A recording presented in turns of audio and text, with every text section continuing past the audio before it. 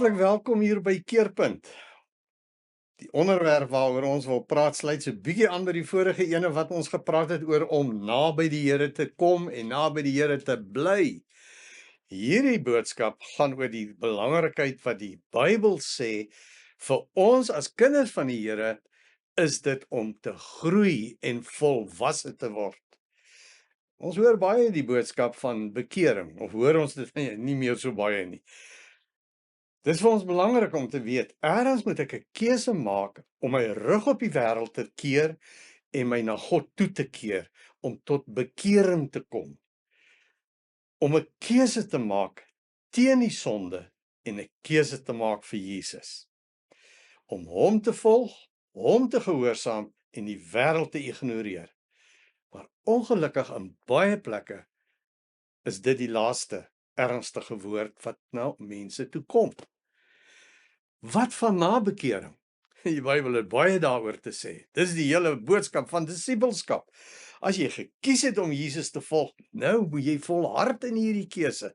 Nou moet jy hom volg, nou moet jy hom dien, nou moet jy hom beter leer ken, nou moet jy begin doen wat hy vir jou leer en jy moet hom begin navolg en jy moet hom begin nadoen en napraat. So, ek wil fokus saam met jou hierdie gesprek oor die belangrikheid daarvan om geestelik te groei en geestelik volwasse te word. Nou, voor ons daarby kom wil ek jou hartlik uitnooi om vir ons te volg op sosiale media.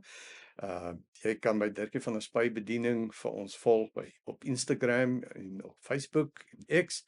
En al hierdie boodskappe is ook beskikbaar op YouTube. Gaan kyk gerus daar en stuur dit aan vir ander.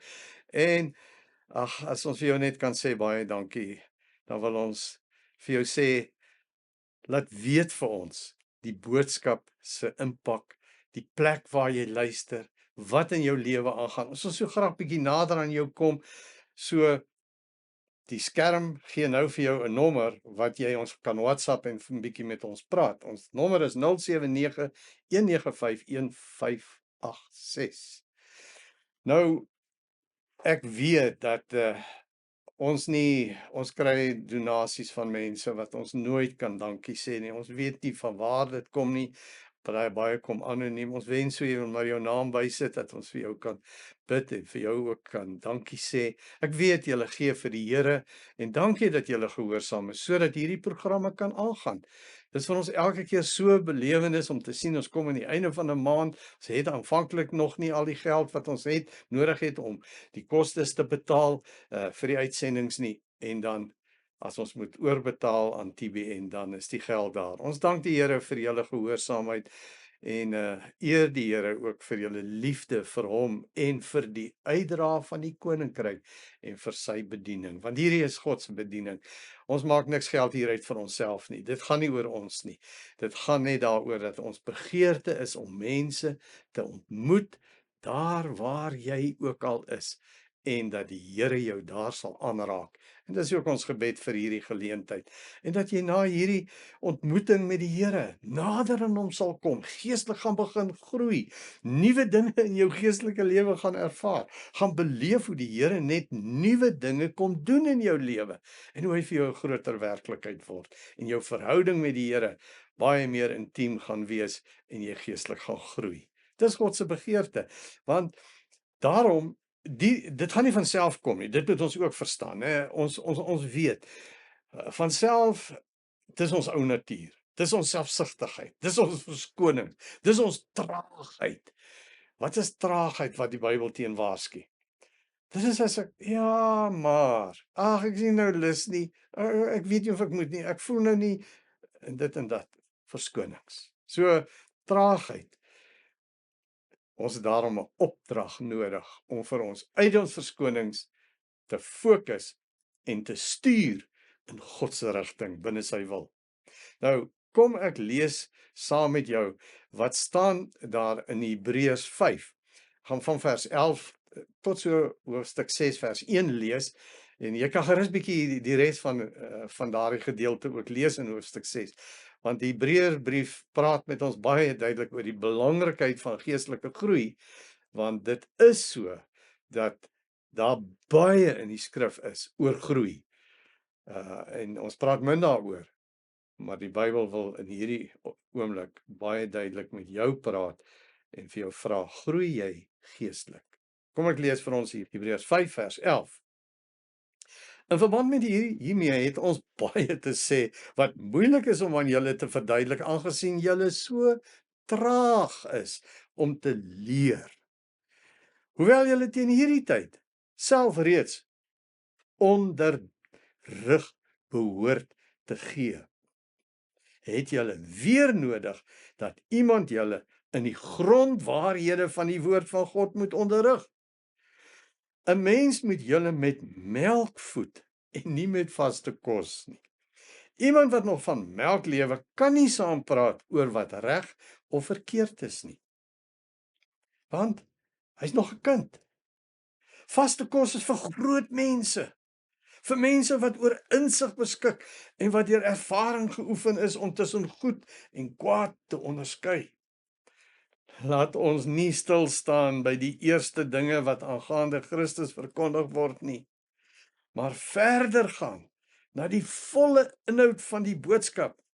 Ons wil nie opnuut die fondament lê deur te praat oor die bekering uit 'n leefwyse wat tot die dood lei nie, of oor geloof in God nie. Nee, kan jy sien, die Bybel sê, hy wil met ons op die pad stap. Hy wil met ons verder gaan. Nie soos ons lees die briewe wat Jesus stuur aan die gemeente, 7 gemeentes wat ons lees in Openbaring, waar hy vir hulle sê, julle dink julle is reg, julle dink alles is goed, maar julle besef nie, julle het afgedwaal nie, julle liefde is nie meer soos in die begin nie. Julle besef nie dat julle liefde het afgekoel. Julle doen nie meer die eerste dinge wat julle gedoen het vroeër in julle geestelike lewe nie.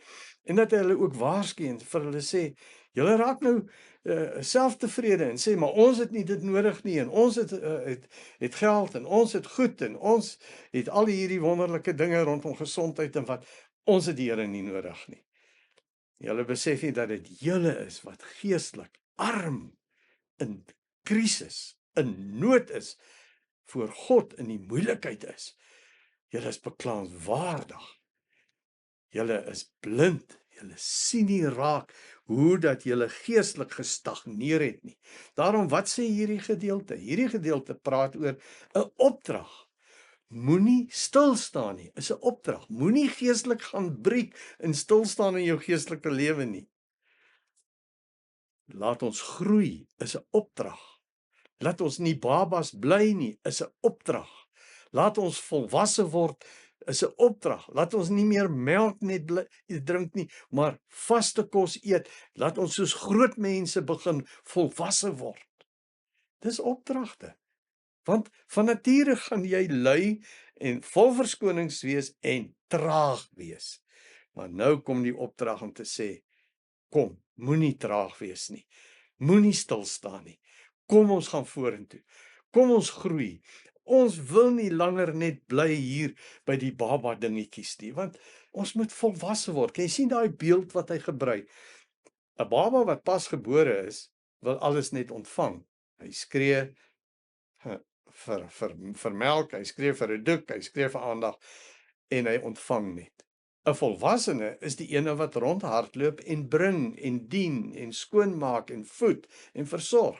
Nou sê hy, ons moet nou leer en volwasse word dat ons kan begin dien, ander help, getuig, vir mense geestelik help en beïnvloed.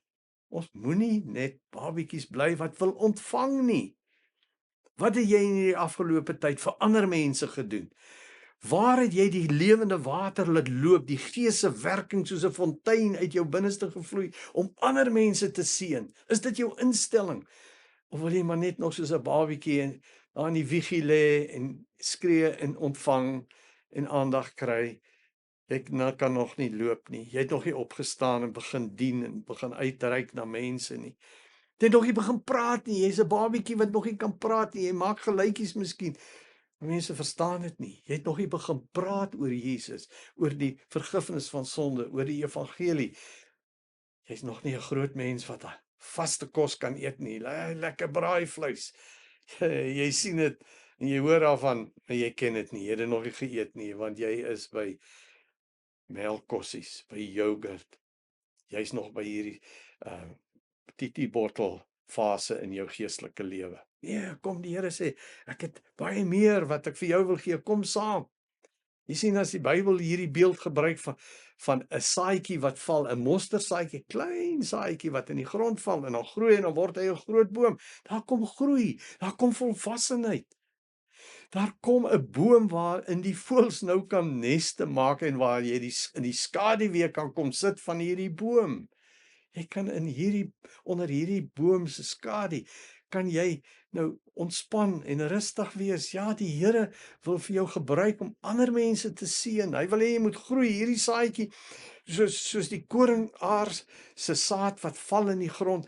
Hy groei en dan kom daar 'n plant en naderhand het hy 100voudig. Daai een saadjie het nou gegroei en hy het 'n aar gevorm met 100voudige saadjies. Is dit nie die plan wat God vir ons lewe het nie? Hy moenie tevrede wees daar waar jy is net met die planting nie. Nou moet jy groei. Nou moet jy vrug dra. Nou moet jy geestelik volwasse word. En as jy nou gaan kyk hoe hy hierso praat daaroor, dan sê hy, nee, julle moet nou nie babetjies bly nie. Julle moet geestelik volwasse word. Nou, ek en jy weet dat as jy na 'n babietjie kyk, dan kan jy nog nie mooi uitvind. Soos wie lyk hierdie kind nie. Maar as hierdie kind bietjie groter word, dan as hy geswel rondom die oogies weg en hy begin al meer lyk na oupa se oë, na pa se oë. Jy begin agterkom hierdie mond se trekke, as hierdie kind bietjie groter word, dan het hy 'n skroewedraaier of 'n golfstok in die hand en hy speel met 'n bal of wat, hy is nou pa se kind. Ons moet volwasse word, dat mense vir Jesus in ons kan sien. Dat die hemelse Vader se kinders soos hy sal lyk, dat ons sal verander. Daarom dat hy ook praat van ons is soos klei in die pottebakker se hand. En ons moet ons oorgee dat hy hierdie bol klei kan vorm en vir ons 'n bruikbare ertekruid maak en dat hy ons soms druk en vorm en verander en dan in die oond sit en dit is warm en dit is seer en dit is swaar tye wat ons deurgaan, maar ons kom geestelik sterker aan die ander kant uit. Nou is ons gebak en sterk dat ons die water van die lewe in hierdie ertekruid kan dra na ander toe. Maar dit is seer as hy kom en hy haal klippies uit en hy breek die klei en hy haal die klippies uit en die dinge in ons lewe wat moet wegkom. Want hoe kry jy die beeld van Jesus? Jy breek al die stukkies wat nie soos Jesus is, breek jy uit jou lewe uit, hierdie selfsugtigheid, hierdie woede, hierdie oneerlikheid. Want hoe lyk die beeld van Jesus? Vrug van die Gees, Galasiërs 5:22-23 sê, die vrug van die Gees is liefde. Dis Jesus. Vrede, blydskap, vriendelikheid, goedhartigheid, sagmoedigheid, selfbeheersing, getrouheid, betroubaarheid, lankmoedigheid, geduld, nederigheid, selfbeheersing. Kan jy sien, dis hoe Jesus is en nou gaan hierdie meerigheid uit en die vrug van selfbeheersing kom in my lewe. Hierdie vol van myself en belangrik wees en wil altyd gesien en geëer word. Haal hy daai trots en daai hoogmoed uit. Haal daai klippie uit en hy vorm my dat mense net die nederigheid en die liefde van Jesus in my sien en die beeld van Jesus wat al duideliker en duideliker word. So dit is die een beeld wat hy gebruik oor hoe belangrik dit is om geestelik te groei. Interessant dat hy hier ook praat van 'n ander beeld van dat hy sê julle moes altyd in hierdie tyd. Julle is al so lank al Christene. Maar weet jy, ek wil nou vir julle van ander dinge vertel, maar julle kan nie dit vat nie. Julle is nog nie geestelik ryk en volwasse dat ek vir julle hierdie dinge kan verduidelik nie. Julle moes teen hierdie tyd al ander geleer het en vir hulle onderrig gegee het. Nou moet ek julle weer in die grondwaarhede kom onderrig. Ek moet nou vir julle leer nog die basiese dinge, want julle het dit nog nie gesnap nie. Julle het dit nog nie gevat nie. Julle is nog nie geoefen, praat hy van in ervaring nie. Julle het hierdie dinge nog nie geïnternaliseer en deel van jou lewe gemaak dat jy nou so lewe. Dis nou jou ervaring. Dis hoe jy is. Dis hoe jy nou verander het. Ons moet weet dat ons die skrif moet eet. Is 'n ander beeld wat die Bybel gebruik. Soos dan word dit soos heuning in ons binneste. Ons moet die brood van die lewe inneem. Ons moet hierdie boekrol eet. Ons moet die woord van die Here deel maak van ons liggaam en ons lewe en ons elke besluit. So, ek en jy moet weet dat teen hierdie tyd moes ons miskien al baie beter insig gehad het. Insig in God se wil, insig in wat is reg en wat is verkeerd. Insig in hoe die Bybel nie botsend is nie, maar hoe dit op verskillende maniere saamwerk en nie teespraak het nie. Ons moet weet dat die Bybel wil vir ons leer hoe om te lewe. Hy wil vir ons die woorde gee om met ander te praat. So wat moet ons doen? Ons moet sorg dat ons leraars word wat leer en vir ander kan leer. Ons moet teachable wees. Ons moet oop wees om te leer, maar ons moet ook gehoorsaam wees om vir ander te help en vir ander te verduidelik. Ons probleem is natuurlik selfsugtigheid. Ons is selfsugtig van geaardheid. Dit gee nie om vir ander nie. Ek stel nie belang in ander se geestelike groei nie. En weet jy, die oomblik wanneer jy begin uitreik na ander, gaan jy agterkom groei jy self geestelik. Iemand wat vertel, weet jy, ek was nou hierdie uitreik gewees en ek het nou gegaan om daardie mense te help en vir hulle die evangelie te bring. Maar weet jy, ek het self soveel meer seën ontvang. Dit was vir my so 'n seën gewees op hierdie uitreik. Die Here wil vir ons duidelik maak, ek en jy moet dit weet, ons moet in 'n groep wees waar ons tussen ander mense kan kom, dat ons nie selfsugtig lewe en net ek en myself nie, maar waar ek tussen ander gelowiges kan kom in 'n klein groep, in 'n omgegroep, in 'n kring waar ons met mekaar kan begin verhoudinge bou, want dan maak ons oop, dan leer ons behoeftes ken. Dan wil ons mense help. Dan weet ons wat om te sê en hoe om mense te help en dan kan ons vir hulle begin bid en dan kan ons vir hulle help. Gaan kyk maar hoe daai eerste Christene geleef het. Hulle het na hulle bekering het hulle in huise bymekaar gekom en hulle het self hulle goed verkoop om vir mekaar te kan sorg. Hulle het vir mekaar met woorde opgebou, profetiese woorde uit God se hart wat die Gees vir hulle gegee het om vir mekaar te help, om vir hulle met wysheid en woorde van wysheid te help hoe om besluite te neem. Die Here het op 'n wonderlike wyse vir hulle gebruik in mekaar se lewe. Dis volwassenheid. Nie meer lê en net ontvang in die kerk nie. Nee, nou staan ek op en ek begin beweeg en ek reik uit na mense en ek begin vir hulle dien en ek begin vir hulle leer en ek begin vir hulle ophef en geestelik versterk en bemoedig. Ek vertroos mense, ek help mense. Ek is op ander mense se behoeftes ingestel en ek reik uit na mense wat die Here nog nie ken nie en ek vertel vir hulle die goeie boodskap, die blye evangelie. Weet jy, die Here begin om vir jou op te rig daar in die klein groep as 'n leier, op een of ander manier vir mense te help en vir hulle te lei en vir hulle te ondersteun. Nie net in die klein groep waar die Here vir jou wil gebruik nie. Hy wil hê jy moet volwasse word en ook begin dien daar waar jy werk. Jy hoef nie net 'n sendeling te word nie.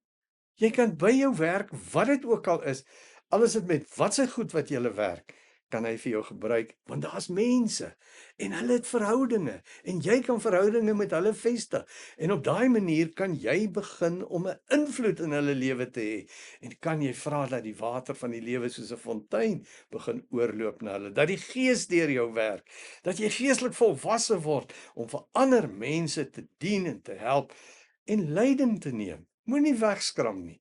Moenie in jou dop kruip en verskoning sê en traag word weer nie. Nee, begin om ander te onderrig, begin om uit te reik na ander, om betrokke te raak by ander. En weet jy, die Here stuur baie keer mense naby jou. Hy hoef nie die hele wêreld te wil verhoudinge mee hê nie. So ons gebruik die Here mense om op groot podiums wye uitreike te hê en baie mense op 'n slag te bereik.